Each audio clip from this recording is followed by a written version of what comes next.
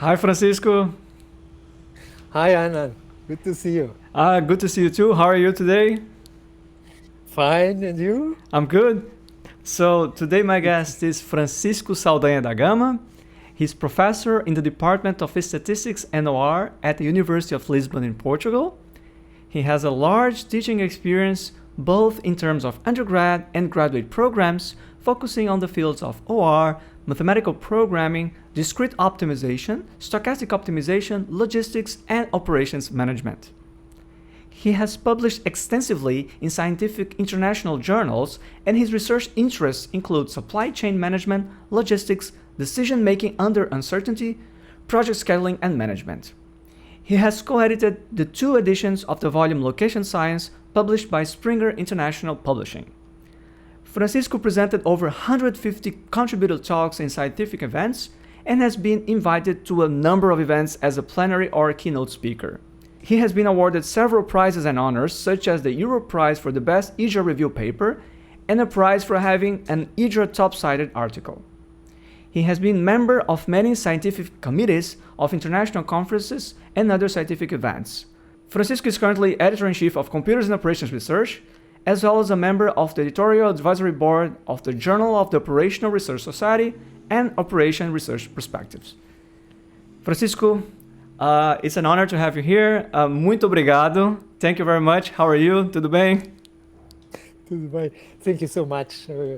Eu é que agradeço. It's really a pleasure to be here. It's really an honor that you invited me to be part of this nice sequence of podcasts. So I'm really glad to have this talk with you. Yeah, it's my pleasure. So let's begin.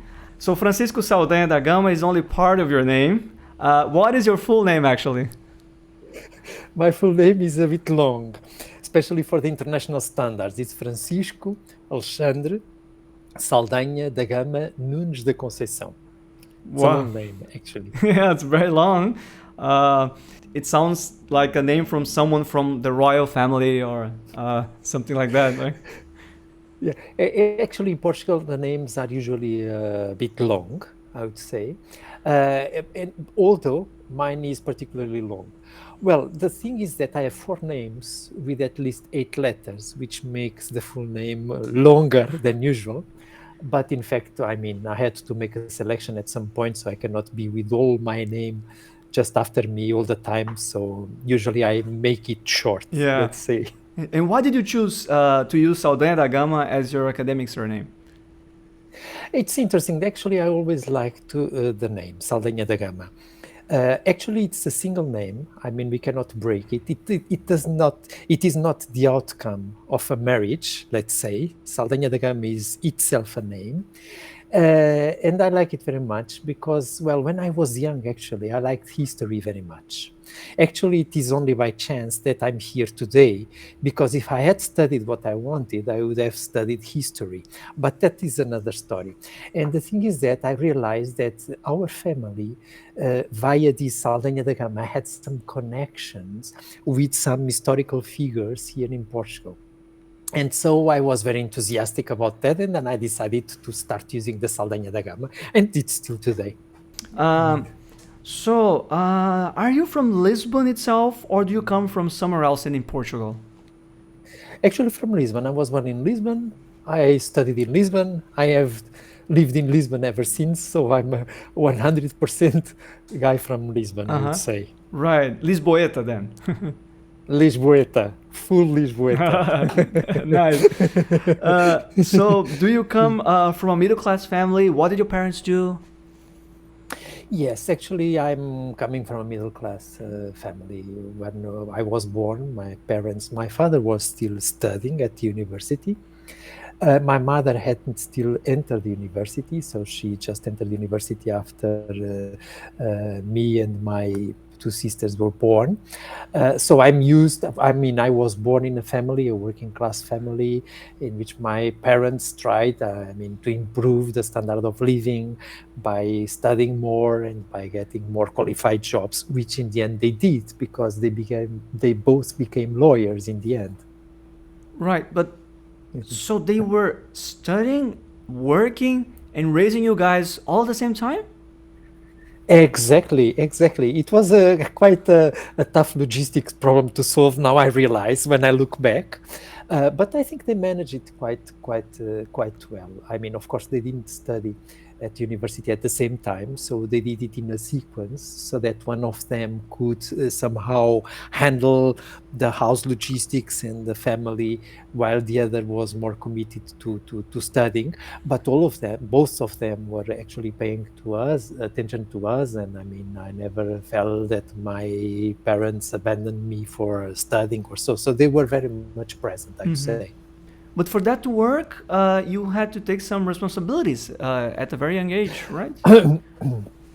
That's true, especially me and my eldest sister. I mean, I think we started very early, committed to some big responsibilities, like preparing some food, like being careful for studying, for our duties at school. I mean, we were not this type of children who could wait for the parents to do the homework or to check something in a book or in an encyclopedia or whatever, because at the time it was like that. We didn't have the internet and Google and and all these tools.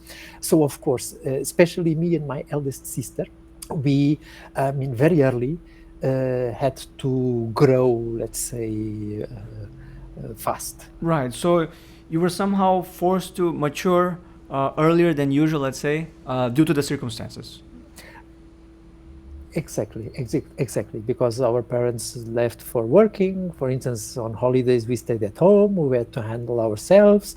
I mean, but that was a good experience, I would say. Even for life, it's not a bad experience that very early we get to know how to handle ourselves. You were born in Lisbon, as you said, in 1968, and the dictatorship period in Portugal ended around 1974. Do you have any early recollections of how life was in Portugal around that period? Actually, I do. I was 6 years old when the dictatorship came to an end. I still remember a little bit, especially because when I entered school, the school was still organized in the old-fashioned way during the dictatorship. So somehow my first years in school were very much a reflex of the type of education that was created and developed during these 40 years of dictatorship. And I still remember the day it was over, because that day we didn't have classes. I was in the very first year, actually, so I was happy when a neighbor came home and said, "Oh, the children cannot go out because there is a revolution." For me and for my eldest sister, this was really a very nice thing because we could not go to school, which was fun. So I remember, I have many recollections about that period, and also about the turmoil afterwards, because the following years were very, very unstable in Portugal, politically, socially, economically. I mean, it was a big shake for our country these years, and the end of the 70s. Were you a good student in school, and was the educational system still rigorous after the end of the dictatorship regime? Actually, it's interesting that, I mean, the revolution was good, of course. I mean, I'm for democracy, although I like that my ideas prevail, but I live well with the fact that it cannot be always the case. So I'm a Democrat, I would say, in the end, I was 100%.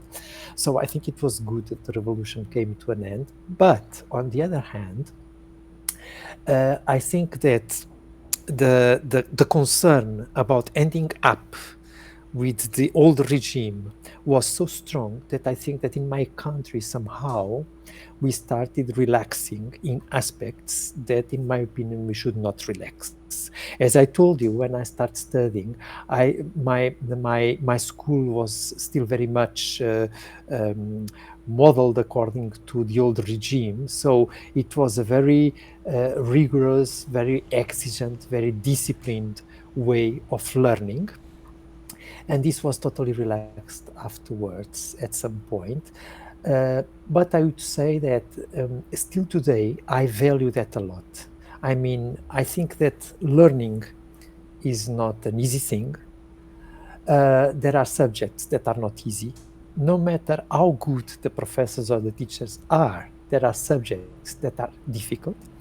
And I think we can only grow, we can only learn with effort, discipline, and this I had in my first years, thanks to the old regime. Right. But as I asked you, were you a good student?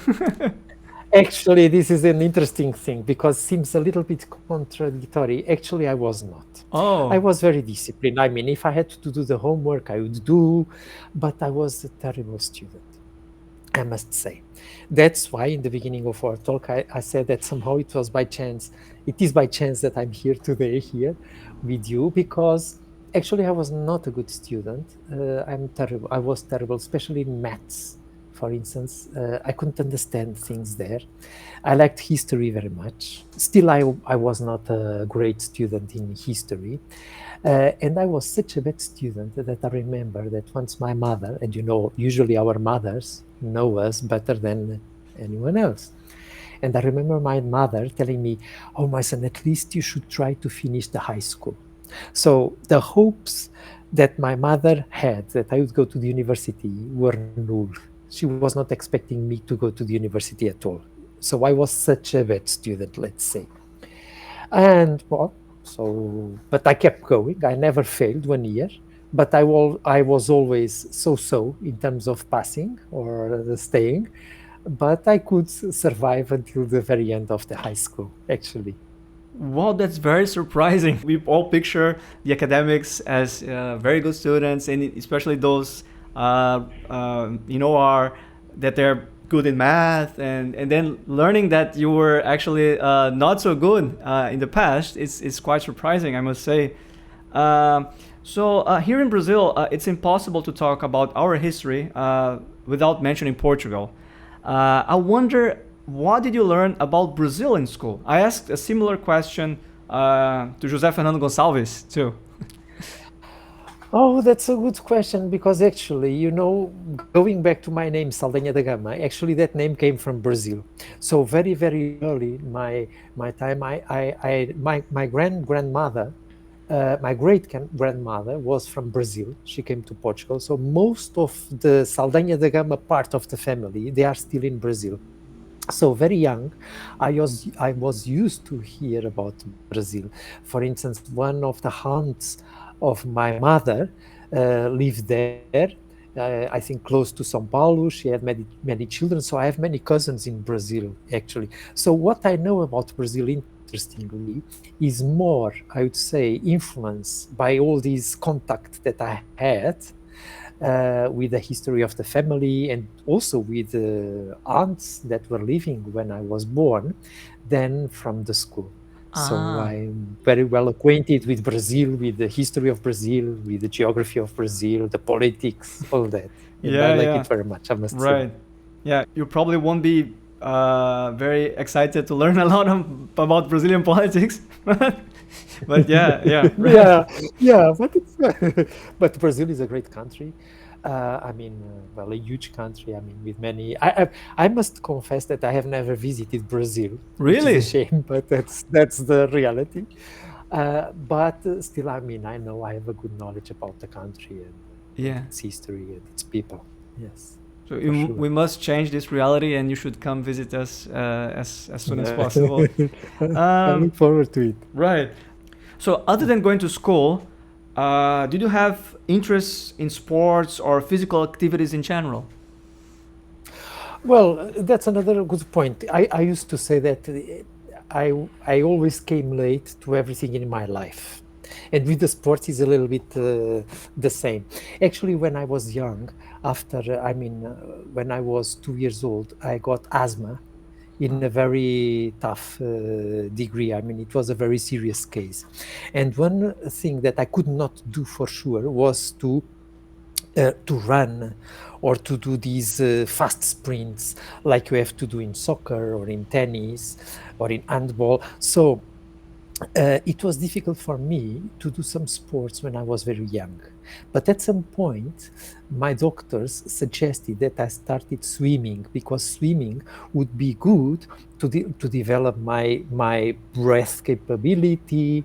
So I started swimming, not because I was fond of it, but it was more like a treatment, let's say, or something that would allow me to grow more normally and to feel less the problems that asthma gave to me in my daily life. So I would say that I was not a sportsman.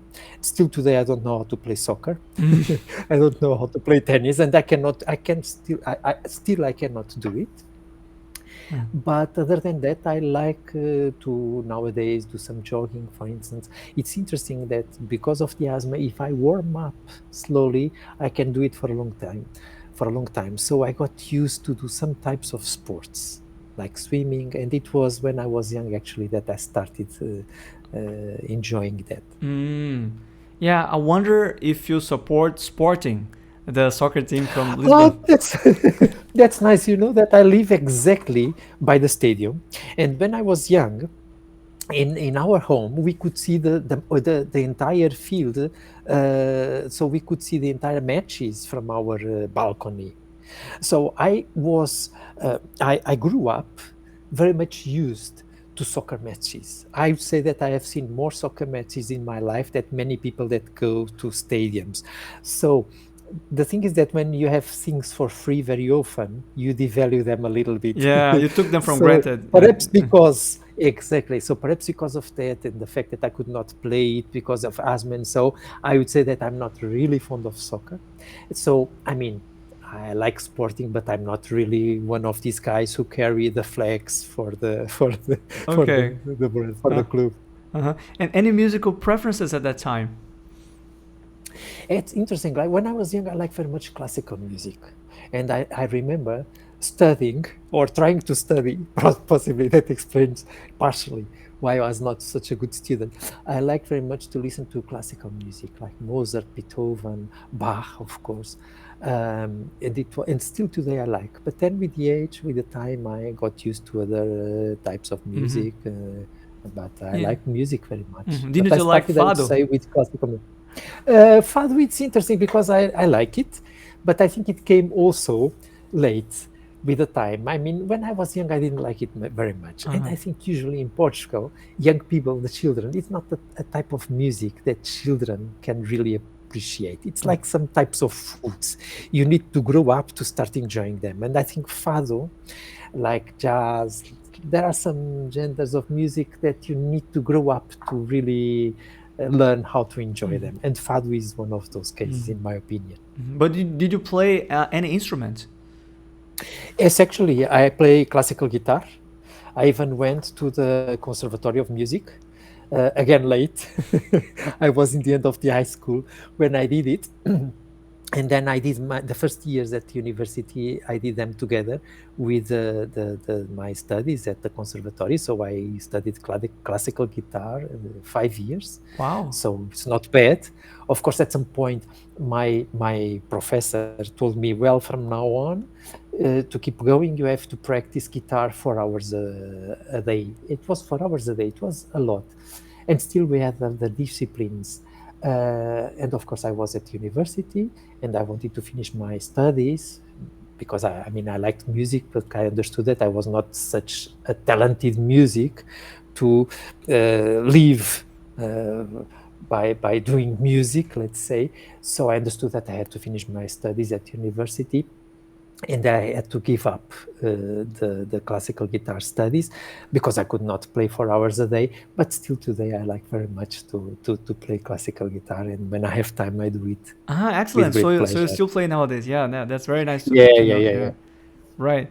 How did you choose your undergraduate degree? Oh, that's another nice story. As I told you, I was not a good student. So when the time came to enter to the university, I didn't have those good marks that you need to choose the best undergraduate programs. So what I did was simple. In the last year, before entering the university, I chose 3 disciplines that would allow me to choose a broad range of undergraduate programs. And when the time came to apply to the university, I just checked the undergraduate programs that to which I could apply.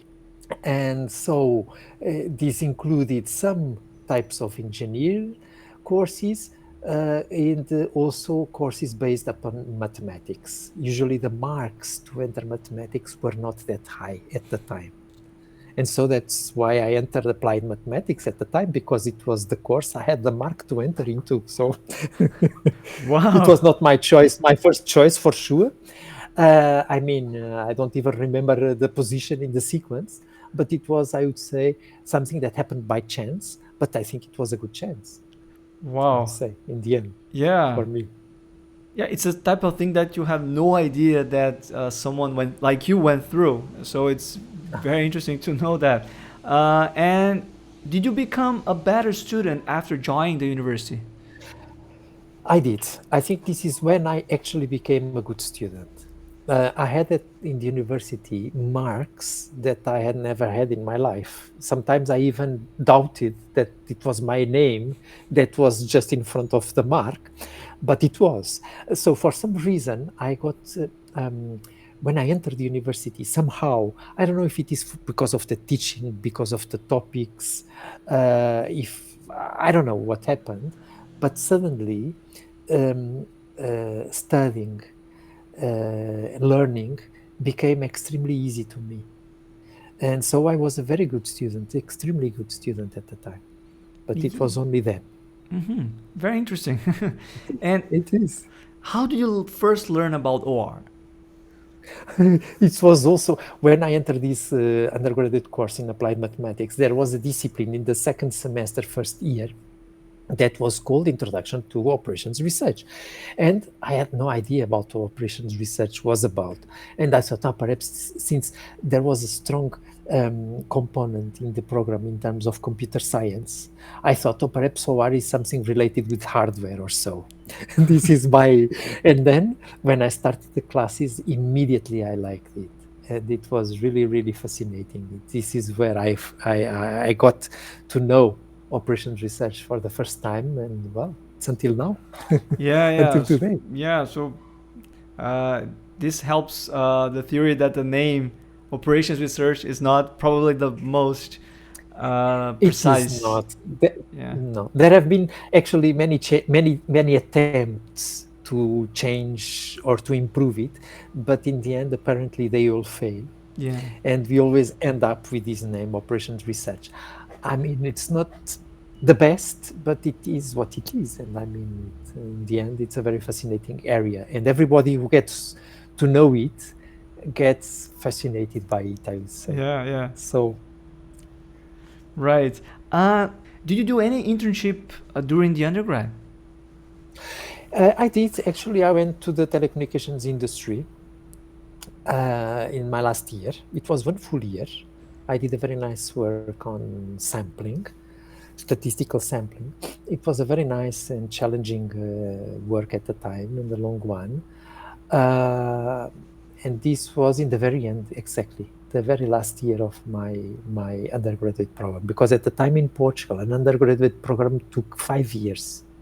And the final one was an internship like this. So I had some contact with the industry. And actually, I liked it very much.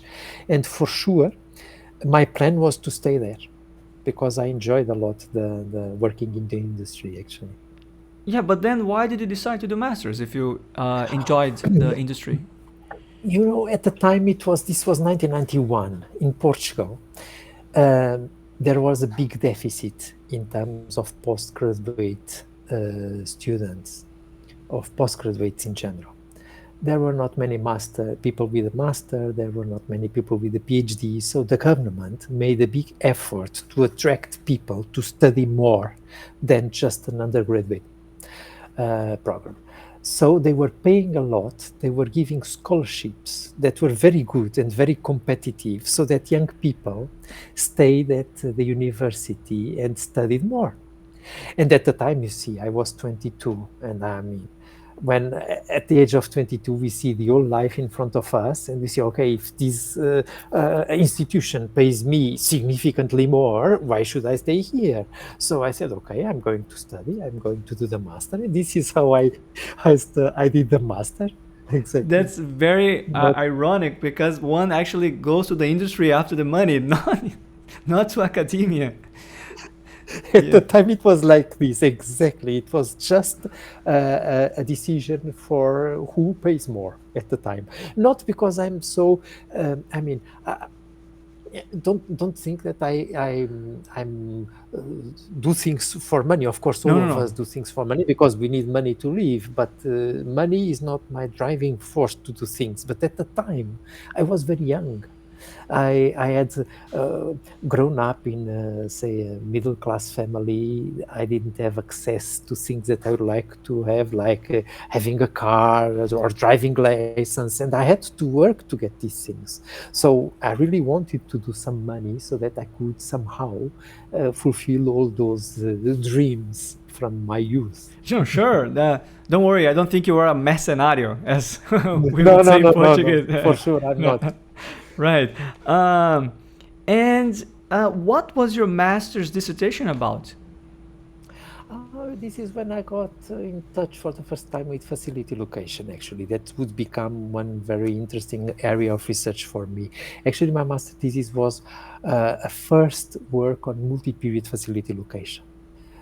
This was the topic of my master thesis. And what methods did you use to solve it? At the time, actually, we had to do basically everything on our own because we didn't have this modern technology that we have nowadays. So at the time, I remember coding a branch and bound, for instance, and also a dynamic programming algorithm. And of course, we had to do all this. And so in my master thesis, this is exactly what I did for a multi-period facility location problem with some extensions. Okay. So like some of the previous guests, you also attended an Euro Summer Institute. How did that affect your professional life later in your career? I would say that this was possibly one of the triggering points for many things in my life. That Euro Summer Institute was in 1995, actually. So I was just finishing my master thesis. Actually, I think that I was the youngest laureate at the time, and we were 20. And some laureates had already finished their PhDs. Some others were very much advanced in their PhD work. So I was very, very young. I still hadn't started my PhD. Nevertheless, I met many people in that Euro Summer Institute in Tenerife, and we became friends. And still today we are strong friends. And I think it is these friendships that somehow later, many years later, would make me more interested in developing a research network and working with other people, because this was my chance finally to work with my friends. And this is the best we can have in our profession, is to do nice things with people that we like to work with. You mentioned Tenerife. You probably met Juan José Salazar González. Yeah. Exactly. He was not a laureate there, but he was in the organizing committee. He had been in Euro Summer Institute 1 or 2 years before, but he is from Tenerife, so he was involved in the organization. I remember also Paolo Tot, for instance. He was the Euro president at the time, so he was also there. And there are many people that I also met there for the first time, people that shaped somehow or helped shaping my career. And still today, I meet many of them. For instance, Martine Labe, I was with her just 2 weeks ago in a PhD committee in Seville. We met for the first time in Tenerife in 1995, actually. Yeah, that's excellent. Did you want to pursue an academic career at that point? Actually, not. my plan when I finished my master, when I was finished my master, was to go into the industry again, because as I told you, the idea of the master was just the idea of getting well paid for 2 years. The thing is that the money was really good, and I could do things that I was not so much used to do, like buying a car, like going out with friends, having dinners, and going to discos, and to enjoy life in many different ways. So the thing is that when the time came to deliver my master thesis, I hadn't delivered it. That's why in 95, I was still finishing my master thesis, and I started it in 1992. So the thing is that I needed to deliver the thesis, but the thesis was not complete. So I could not go to the industry, because a job in the industry would call for a lot of time dedicated to it. So I had to find a job that could give me some money, but on the other hand, that could allow me to finish the master thesis. And so I got the position of assistant, teaching assistant, this is the name, at the technical university. So I went there, and this is when I really got to know what the academic life, well, a little bit of what academic life is, and I enjoyed it a lot. So it was because of that in the end, I decided to go for a PhD and to stay in the academia. So you kind of discovered that you could have an intellectual freedom in academia, but that does not come for free, right? No. Actually, the academic life is fascinating because of our freedom. That intellectual freedom is perhaps what fascinates me the most in the academic life. It's really great. But of course, freedom comes always with a price. I mean, and I think to get that freedom, we have to work a lot. Yeah. And it's only if we work a lot that we can get that freedom. And it's something that really goes together. The more you work, the more intellectual free you are. But I mean, everything has a price, and I don't mind to work. I mean, so for me, it's always a pleasure to work, and I don't mind. But it's demanding, I mean. And you know that. Yeah. Everybody who works in the academia knows how demanding it is. Absolutely, yeah. It's not just traveling, not just having dinners with our foreign friends. It's not, when we go to a conference, it's not just taking a flight to go for holidays. It's much more than that. So how was the situation of OR in Portugal during the 90s? Well, OR was still growing. Well, OR was started in Portugal in the 80s, I would say. So in the 90s, it was still growing, and there was a big potential for growing. And this is when actually I entered the field, and I started working with other people exactly when OR was developing in Portugal.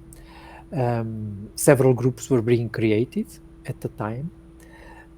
So it was a fascinating area. The groups were very much dynamic, and people were going abroad for PhDs, coming with new ideas. It was a very interesting time. That time, that the development of OR in Portugal was a very interesting time for someone like me, who was just a young PhD student. So it was really a nice time for me. You actually had to learn a couple of technical things yourself before starting the PhD, right? Right, actually, because as I told you, we didn't have these technologies that we have nowadays. We didn't have solvers like Cplex or Gurobi or Express.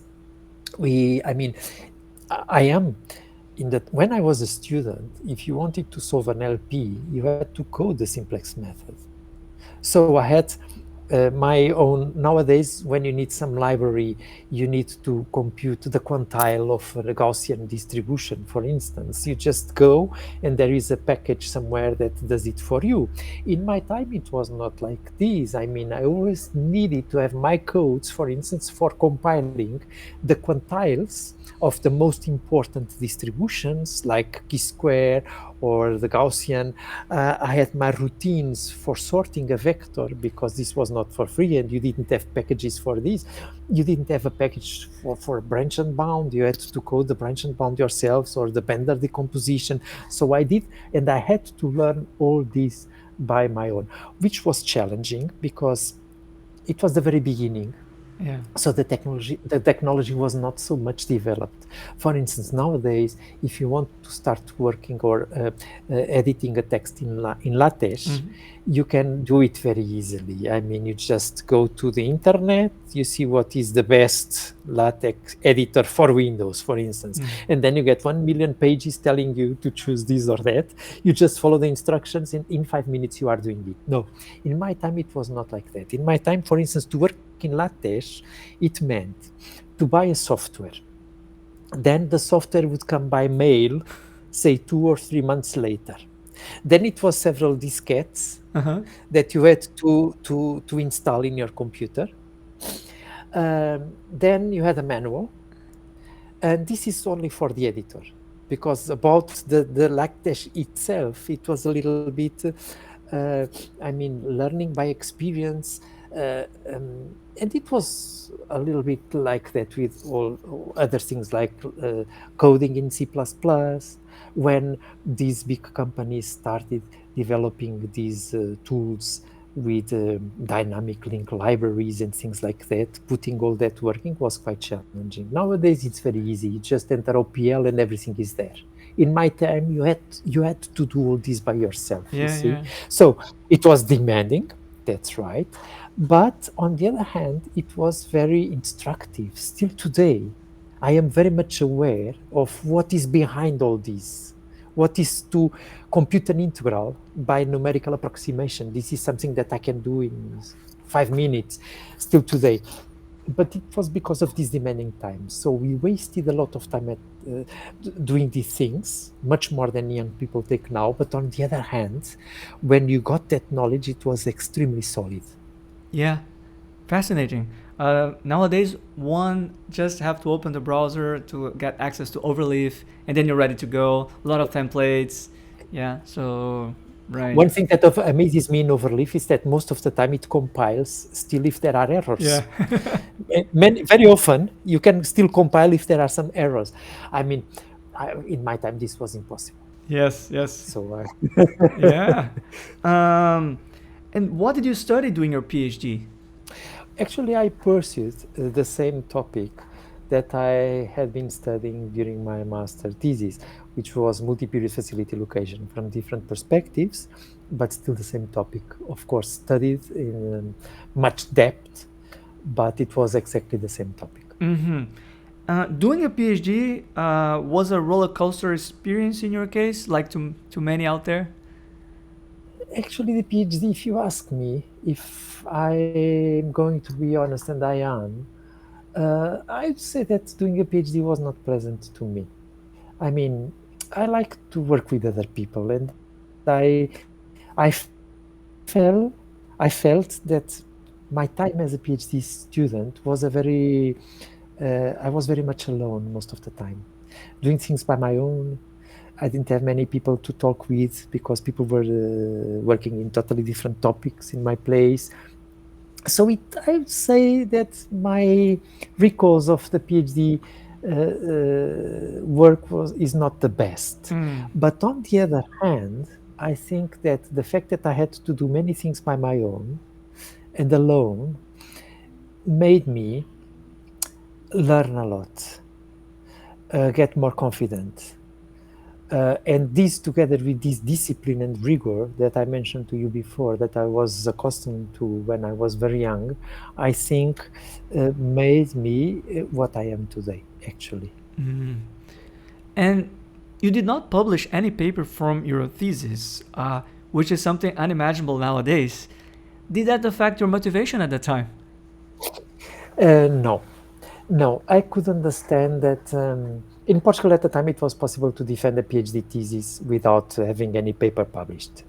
So it was not an issue to get a degree, but of course it would be an issue if I wanted to stay in the academia. But I understood at the time. People say that knowledge is more, many people say that knowledge is more about being aware of what we don't know. Yes. And this is something that I was very much trained into very early. I mean, and I understood that I didn't have enough skills to actually make a paper out of my work. It's not that the work could not be turned into a paper, but I mean, it's not just doing the work. Writing a paper is more than doing the work underlying it. For instance, I was terrible in English. So this is when I understood that I would have to learn English deeply. So I went to an English school, and I did everything until the very end. So I ended up being able to teach English in the high school because I did all these degrees that they have in the English schools, which was good because I needed to learn how to write, how to read, how to talk, all that. So the PhD time, this time during my PhD was a time in which I think I learned a lot, not because of what I actually learned, but because of the awareness I got in terms of my ignorance. And still today, I'm always more concerned about understanding what is missing in my knowledge than to say I'm good in this and I'm good in that. Of course, all of us are good in something. But what makes us grow is exactly to be aware of what we should learn. And I have done this very often in my life. Is there something I don't know? And I think it's important to know it a little bit, then I will get to know and to learn it. That's very So inspiring. today I do it. That's very inspiring, Francisco. Very nice message also to the people out there. And how did you learn the theory and implementation of advanced mathematical optimization approaches? I'm asking this because you mentioned that you're very independent, but sometimes to learn these things you need supervision, you need someone next to you. And how were you able to get through that? I was lucky, or I don't know if it is luck. Actually, as I told you, when I went there to my undergraduate program, it was applied mathematics and computer science actually at the time. So I had several disciplines that at the time I didn't pay much attention to them, like for instance, algorithms and data structures. Most of the time in our areas, to make a good code, you need a good algorithm. But this we see in the books, how to develop them. But then you need two things. You need to know a lot about algorithms and data structures, how to put a computer, for instance, reading a graph or doing something, because the computers don't have visibility. Well, nowadays they have visibility capabilities, but at the time they didn't. So, I mean, I had a good background in terms of coding and in terms of algorithms and data structures. And these together with all the study I was doing, it was not so difficult I mean, it was some time, some work, but it was not so difficult for someone with my background to code all that. So I could do all my codes, and still today I'm fully independent in terms of coding whatever I need. If I need to code a Bender's decomposition or an integer L-shaped method for stochastic program or a branch and bound or a branch and cut, I know exactly how to do it. Unfortunately, nowadays I don't have so much time for doing it, but I know exactly how to do it. That's fantastic. Was it easy to find a job once you finished your PhD? Well, when I finished my PhD, actually, in Portugal at the time, the universities were lacking people, so it was not so difficult to stay in the university, in the academia. And so in my case, when I finished the PhD, it was a natural move to stay in my faculty, in my university, where I am still today. Okay. Nowadays, I'm not sure that was the clever move, a clever decision, because I think sometimes changing is not bad. Changing too much is bad. Not changing is bad. So I think in between, this is something that we should always seek. Change sometimes. Right. What was your strategy to grow academically in the years after completing your PhD? That's an interesting question. I think I didn't have any strategy. I mean, I just pursued the topics I liked. And I must say that I always liked very much probability and statistics together with OR. So something that I was also starting doing still during my PhD was to study a lot in terms of combining optimization and uncertainty, let's say, or decision making under uncertainty. This is where I started being interested in this topic, in which nowadays I work very much. So what I did, if you ask my strategy was to look for topics that were interesting to me, that could make sense in our world to study, not just to study something just because I want to go for that. No, it should be something interesting.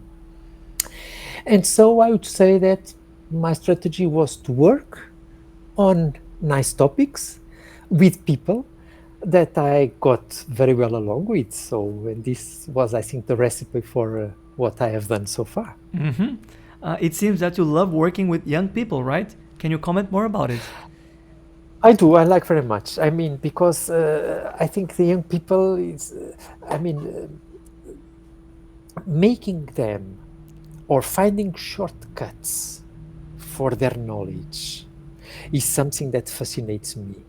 One thing that I like very much is when I see, for instance, some young researcher who doesn't know something, to make him or her getting that knowledge efficiently and fast. Because I think that teaching is about this, actually. Teaching is actually finding efficient ways of transmitting knowledge so that the people that come after us don't take as much time as we took to get to the same point. And this is what fascinates me in the contact with young people. Mm-hmm. So how do you see the impact of social media in young academics? Ooh, that's another interesting question, actually. I think social media is great. I mean, especially for young people. It's a nice way for them to improve and to strengthen some contacts abroad. I mean, it makes the contact with the people from abroad much easier than in my time. In my time, you had to take a flight. Now with social media, you immediately get in touch with many people from many different places. So I would say that for young people is very interesting because they can get to know many people, hot topics of interest, new technologies that are developed. I mean, they get much faster access to all this. And the same for the older people. I mean, the social media nowadays is also a means for the older people to get to know what people are doing in their interests. Well, I see many positive things in terms of using the social media in our fields, let's say. But on the other hand, I think there is a risk. And the risk is that sometimes, the risk is that people start self-promoting themselves sometimes in an exaggerated way. And this is something that I have seen a lot, unfortunately, in the social media, is to see people who don't need it to somehow using it to self-promoting instead of using it to spread good things, a nice theorem that was developed or that was proved, or some new technology that is appearing. I mean, this is what I like the social media for. I don't like, for instance, to promote my work, to say I have just published this or that, because I mean, if I was young, possibly that would make a difference. But having reached my, I don't like to say status, but I mean, people know Position. what I do. Your People position. know what I am. So I don't need to say I have just published this paper in mathematical programming or in the informational computing. I mean, I don't feel good doing that, but many people feel it. I mean, the important thing is that everybody feels happy with what they do. Interestingly enough, the publishers themselves, they encourage the authors to disseminate their work in social media. So exactly, they do, but their targets or their goals are different from ours, and we should understand that difference. I don't know. I mean, sometimes I advertise papers that are published, and I'm not co-authoring them because I think, okay, this is a nice work. People should know about this, and probably it's too hidden. Okay, but the thing, of course, the publishers want people to advertise the papers as much as possible because they want papers to be cited and all these numbers that nowadays everybody is pursuing. But I think that the researchers should have a different attitude, not just pushing the Twitter button as soon as a paper is accepted. I see. Yeah, I see your point.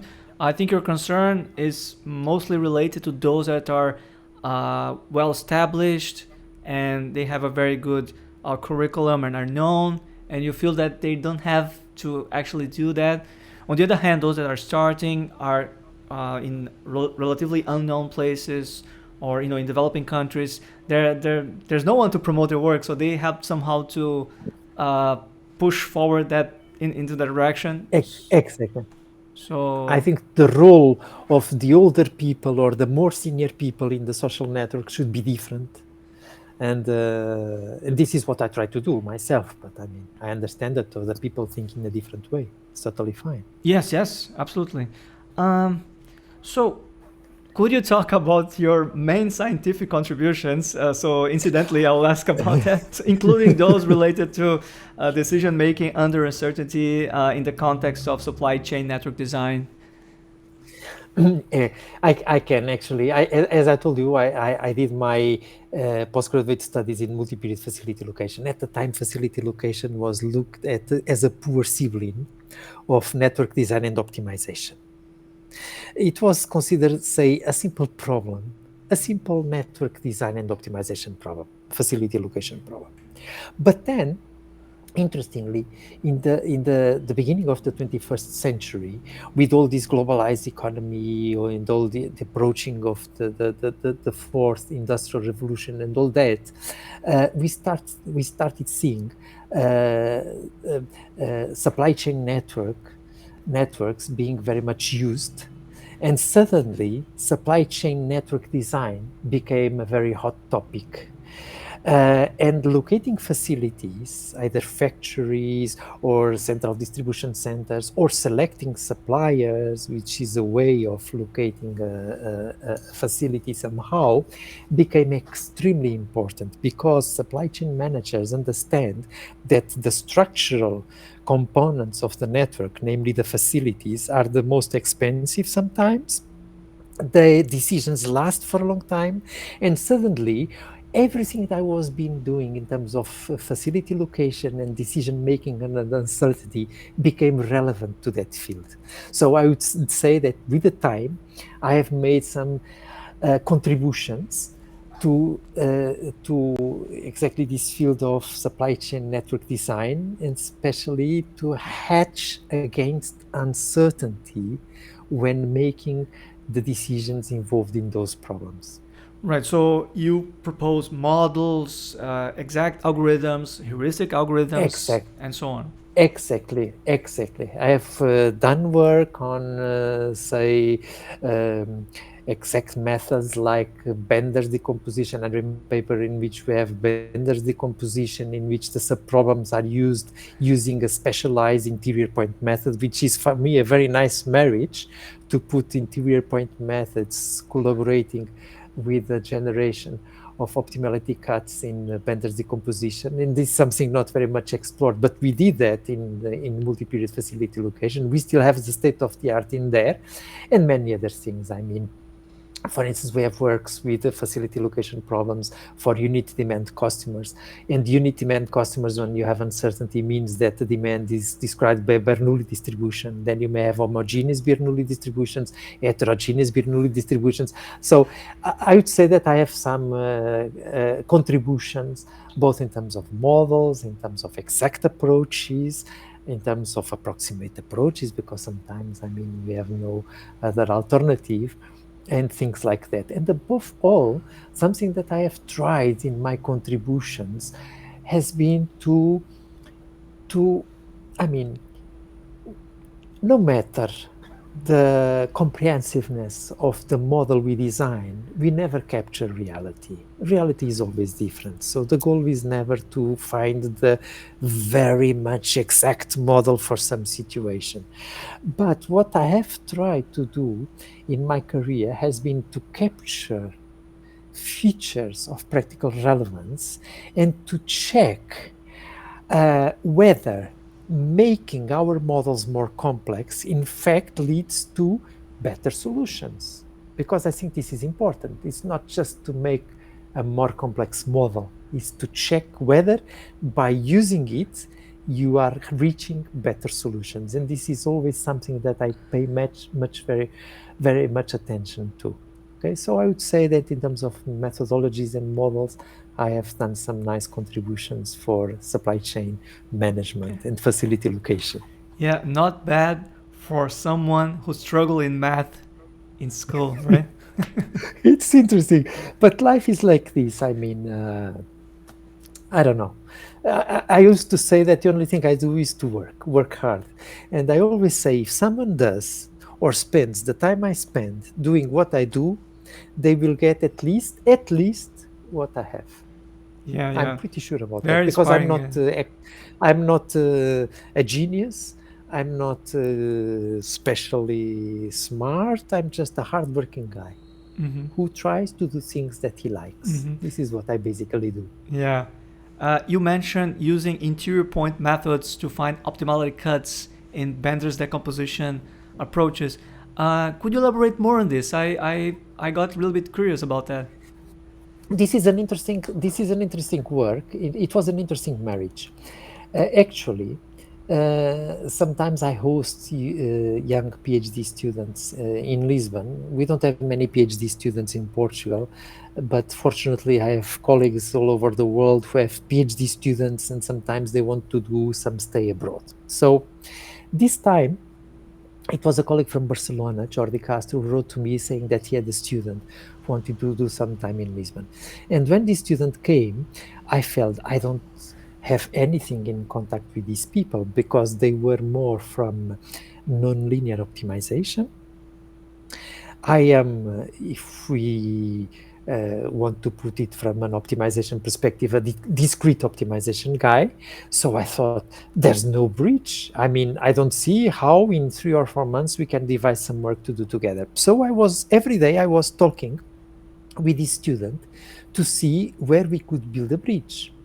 And I could not find any until the day he came to me saying, in Barcelona, we have a tool for a specialized type of linear programming problems using an interior point method, and we would like to apply that to some problem, but so far we could not find the right problem, because we need a special structure. And I asked him, okay, tell me about the structure. And when he finished, I told him, I know exactly the problem where we are going to apply this. And this is how it started. Of course, we had to adapt many things. It was not a straightforward application, but it was a very nice marriage between interior point methods and facility location. This is a story that I like very much to tell. And when I am invited for, say, a short course, very often I like to present it, which I start with interior point methods, and then I end up in location theory, discrete location theory. That's fantastic. It makes me think about lateral thinking, where you have to bridge some certain areas, even within our own field. And when it works, it's just so beautiful, isn't it? It's like magic. Magic, exactly. I like it so much. Very exciting, yes. What is the story behind your highly successful book on location science? That was just by chance. Actually, I remember that for several years, I and Stefan Nickel were discussing that it would be nice to have a volume gathering some major or fundamental aspects in location theory. But we never developed it too much. But one day I was in a conference in Spain together with Gilbert Laporte, and we took the train together from a small city where the conference was held, Benicassim, close to Valencia, to Barcelona. And Gilbert was staying overnight, and my flight was at the end of the day. So we had many hours when we arrived in Barcelona, and we decided to go to have lunch together because we knew each other, and so it's always nice to be with Gilbert Laporte and to have some chat with him.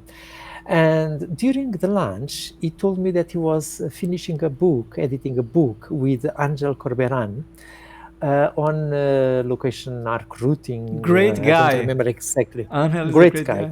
yeah. Angel, also a very good friend. Yeah, I like to call him Arcangel because he works a lot on arc routing. So arc routing, that's right. And they were editing a book at the time. They were finishing.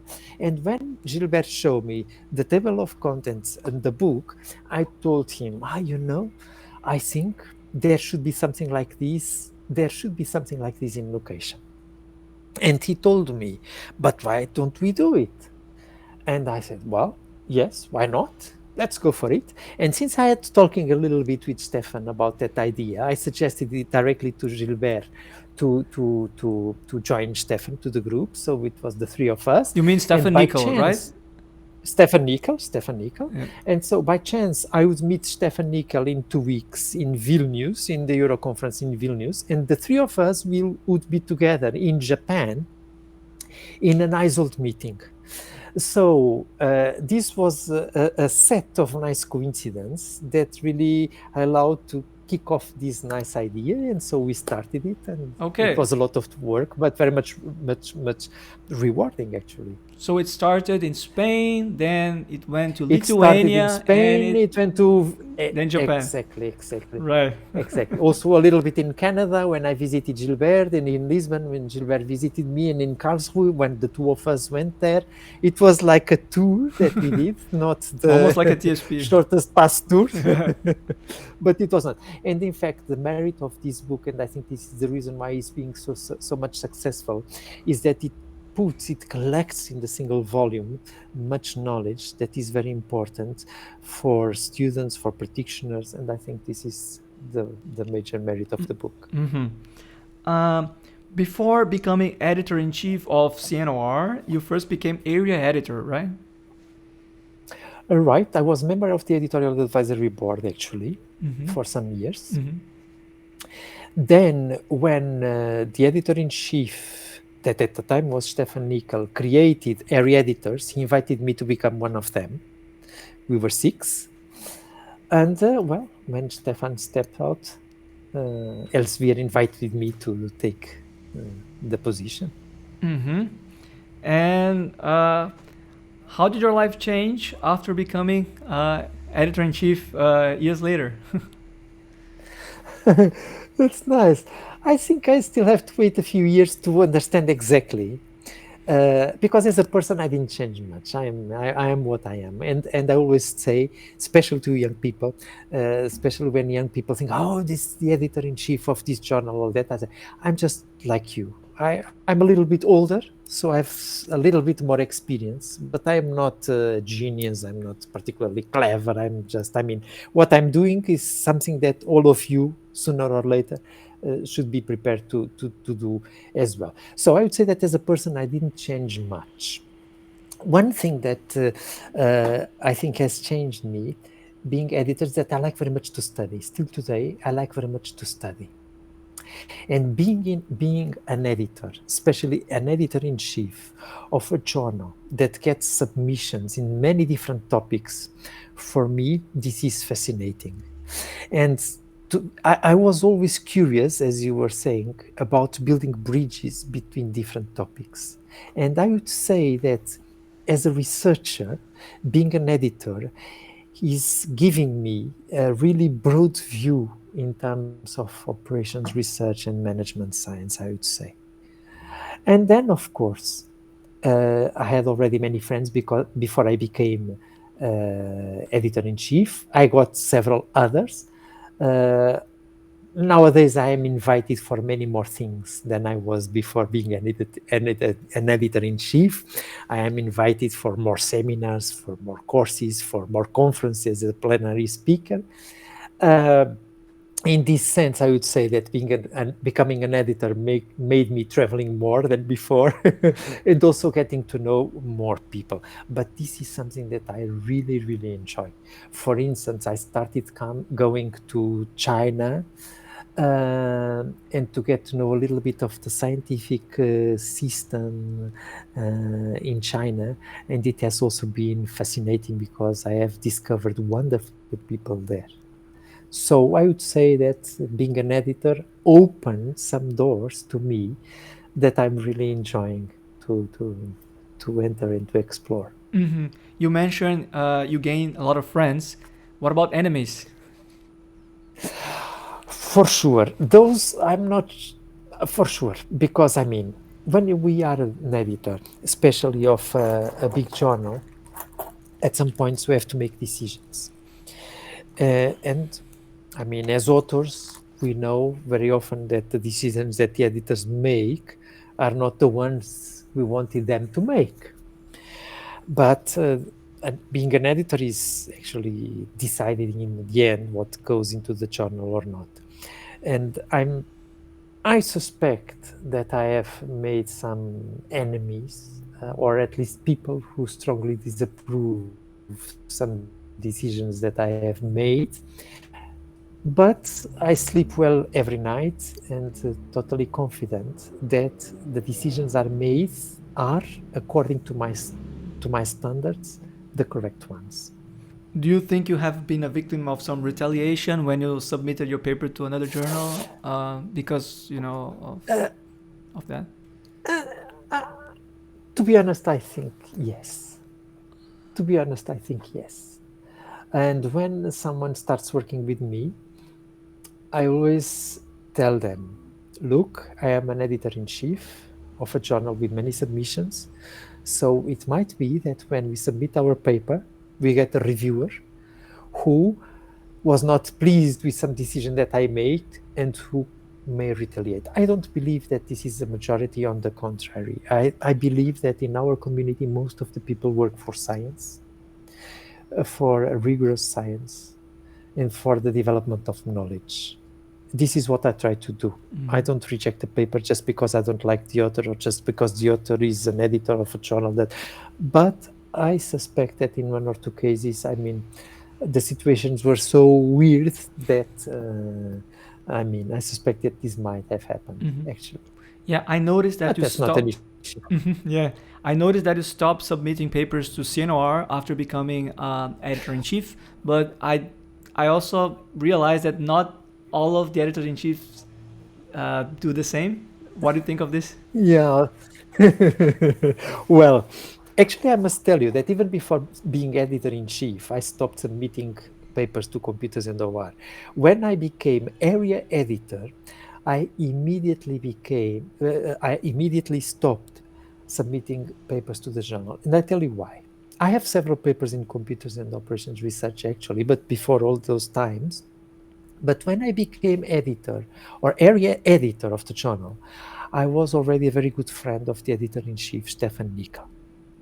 So the thing is that I stopped it submitting because I was area editor. So, I mean, it's either you want it or not, it's not the same. When an area editor submits to a journal, I mean, it's not the same as someone who is not. In Computers and OR, when an area editor submits to the journal nowadays, I handle those papers and I don't mind I mind, but if I see that the correct decision is to reject the paper, I do it. But as an editor, I stopped I stopped submitting to the journal because I think there are so many journals around. Of course, each journal has a specific aims and scope, but I also believe that most of our papers fit well in, say, if not many, at least 2 or 3 different journals. So I don't feel the need as an editor to submit to a journal that I am editing. Okay, but I understand that other people think differently, and I see every day, even I see guest editors of special issues publishing in the special issue.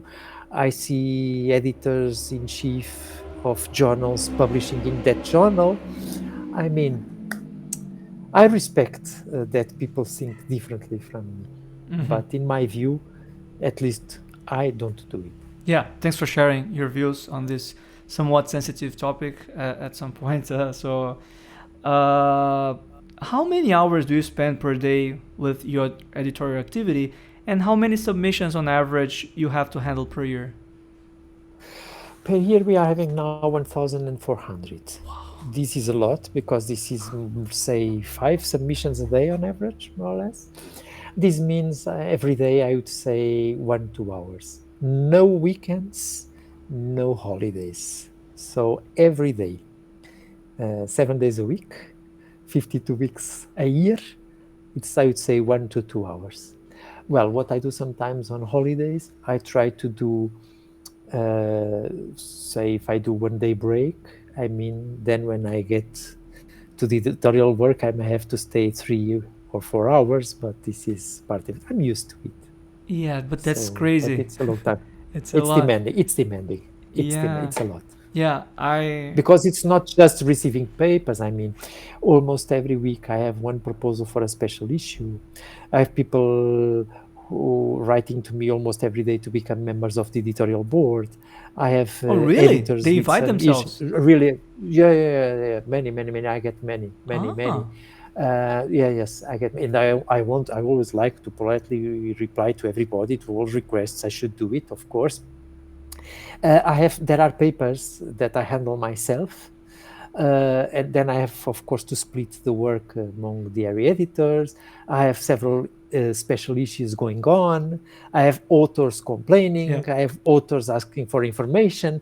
I mean, all this is work that we have to do on a daily basis. Yeah. Well, I'm a proud member of the editorial board of CNOR, and I did not invite myself. and you did not write to me to ask. No, this is not the way in Computers and OR, for sure. It's not to write to the editor and ask for it. Yeah. That's not the way. There are other ways, actually. Right. Yes. Yeah, but yes. I must say that you have been a fantastic editor-in-chief. I've been following, of course, over the years. And you have done a terrific job, and I must congratulate you for that, Francisco, honestly. I mean, fantastic, superb work. Thank you so much. Thank you so much. And it's important, by the way, just for people to know that we didn't know each other and we had never talked to each other before you came member of the editorial board of the journal. And this is important for me. I mean, Computers and OR is not a club of people who know each other. It's a team of people that work together for the good purpose of having a reputed journal. Yeah. Thanks so much for your input and for this nice feedback. So now I'm going to ask you sort of a maybe difficult question. Some people have the impression that publishing papers in informed journals is way more difficult than in other very good journals like EJOR and CNOR, especially if you don't belong to certain groups. Do you agree with this? That's a difficult question. I mean, I think I agree with this in some informed journals. Nowadays, I would find 1 or 2 good exceptions, namely transportation science and the informed journal on computing. Yeah. I would say that these are exceptions in which, but in the other journals, I mean, sometimes I have been rejected without really understanding why, to be honest, because I mean, I read the journals, I see what they publish, and I mean, I'm not just a junior starting the career. Of course, so when I submit, when I submit to a journal, I truly believe that the journal could host the paper or have the paper there. I mean, of course, not everything I do is perfect. Possibly nothing that I do is perfect anyway. But I think that I have submitted to some informed journals some work that, in my opinion, has some good merit. and it was just desk rejected, not even entering a reviewing process because of arguments that I cannot really understand. Well, possibly it was bad luck. I don't know. Yeah, it happens to all of us, maybe, or almost all of us. I think so. So yeah, And I think in the end, and for instance, when I look at some communities, and as I told you, I nowadays know a little bit more of the Chinese system, and they have wonderful people there.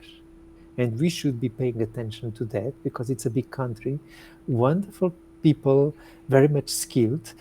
And I think with them, sometimes it is even worse. If they don't go with the right name to some journals, I mean, it's not so easy, I would say. Yeah. So, well, right. My view. Yeah. So in recent years, there have been an increasing number of survey papers, including the so-called systematic literature review articles. What is your take on this matter as an editor? Well, to be honest, I don't like it at all. I mean, I think a survey is a very interesting paper, but it should be timely, it should be informative, it should open research directions, and this is not what I see most of the times nowadays. I must say that in Computers and OR, we have incorporated 2 journals during the life of Computers and OR. Location Science was incorporated in the end of the 90s. And then more recently, an Elsevier journal called Surveys in Operations Research and Management Science. So we also have a special section at the moment in Computers and Operations Research about surveys. The thing is that I'm not talking now specifically about Computers and OR or any other journal. I talk about surveys in general. I mean, although there are many papers being published, I don't think that there's enough knowledge gathered to justify the speed at which we see surveys. Sometimes I even see surveys in topics that are very, very, very recent. I can give you an example. Blood supply chain management. Blood supply chain management, I mean, it's a very recent topic. I mean, it is true that people have worked about blood product distribution for some time, but when we think of the topic, I mean, in my opinion, there's not enough knowledge still gathered so that we see 3 or 4 surveys just published in a couple of months on that topic. So I think a survey is a very important paper for young people to understand a field, for practitioners to see how far they can go in terms of their daily tools. Even for older researchers, for instance, suppose that I'm doing some work on gathering, I'm an expert in lot sizing, and I'm putting together lot sizing and assembly line balancing. But suppose that I'm not an expert in assembly line balancing. So a survey in assembly line balancing may be useful for someone who works in lot sizing and wants to see and wants to build a bridge so that we are sure that we are not just rediscovering the wheel. So a survey paper may be extremely important also for a senior researcher. But I think we have too many surveys of very low quality nowadays in spread and scattered all over the journals, because at some point the publishers and also the editors, and possibly I'm part of that stream, I don't know, I don't do it consciously, people are looking into numbers nowadays, and numbers mean citations, impact factors and things like that. And I think that many journals started publishing surveys when they understood that a survey can be, say, an easy paper to get cited. So we are distorting a little bit the role of the surveys. At the same time, we are distorting a little bit the numbers associated with the journals, in my opinion. I couldn't agree more. I mean, at least there is a high risk that this happens. I totally agree with you. There are some people that have been acting in an opportunistic fashion just to artificially increase their figures, or citations, H index. Exactly. And I can tell you, and I'm free to tell this because I will tell you one nice thing. I have a paper that nowadays in Google Scholar, it has reached 2,500 citations, more or less. And people may say, oh, this is amazing.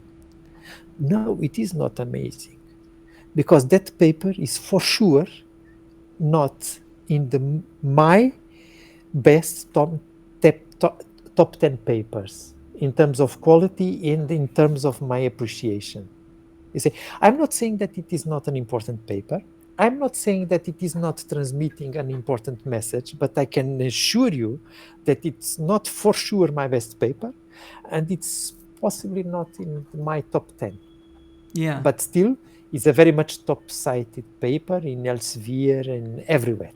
yeah, it's great to know that you're extremely down to earth in evaluating the impact and relevance of your own work, even acknowledging these type of things, which is extremely important, especially for young researchers, to really get to know how things should be done, avoiding sometimes shortcuts or going the easy way just to have more citations and have that's why I ask you about how you see the role of social media in the impact in young academics, because I think everything is somewhat interconnected, right? You see other people publishing, so you want also to have your own paper. You see many people bragging for how many citations they get, and so you also feel the urge to somewhat follow that trend or path. So all this reflection that you made and your views are extremely valuable for the youngsters, and thank you for taking the time to do that, Francisco. I really appreciate it. You are very much welcome. As I told you, it's really my pleasure. So now changing topics completely, is it true that you have a sort of habilitation to be a personal trainer? Yes, I do. That's true. That's a nice thing. That's nice. I like to learn things. As I told you, I like to study. And I don't know about something. Usually I try to learn a little bit by my own. And if I see that I'm not able to do it, then I try to go for a course. And actually, I like, also because of these health issues that I had when I was young. When I grew up, I understood that some exercise in the gym made me very good, put me in shape, and also for my breathing problems, this was good. The thing is that I went to the gyms, and then I had the instructor saying, do this, do that, and I never understood what was going on. Also with the nutrition and all that. And at some point I thought, this should be nice, but I'd like to understand a little bit more about that. So I decided to take a course, actually. It was a formal course. It was a one full year, and I even had to practice in a gym for 4 months. And it was fascinating because, of course, what makes this type of knowledge interesting is that the normal populations are the least interesting of all. But for instance, suppose that you have a pregnant woman going to the gym, or someone with a serious osteoporosis, for instance. You must know a lot to prescribe exercise to these people. And otherwise you can do a lot of damage. And this was fascinating to me. So I learned, I became an instructor, and I even was invited to work in 2 gyms. Of course, I was doing that just for fun. So I stayed in the academia in the end. But still today, when I do exercise, I know exactly how should I do it, how should I control the heartbeat, heart rate, and all that. Yes. So you're not only good in So you're not only good in prescribing OR solutions, but also exercises. I tried it. Yeah. So would you like to talk about your plans for the future? Well, you know that all over my life, I never make many plans for the future. All over my life, I used to say, in a metaphorical way, that the only thing I did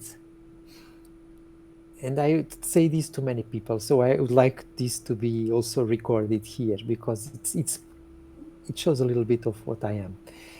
I did never more than just entering a train when a train stopped in front of me. And still, I would say that nowadays what I do is to catch a train. When I am in the station and the door opens, I just enter, and then I'll see. And I caught many trains whose destination I was not aware of, and I don't regret. Of course, some others I took that I regret, but it's part of life. So I would say that my future, well, it depends on the trains that will stop in front of me, and on the doors they will open. We'll see.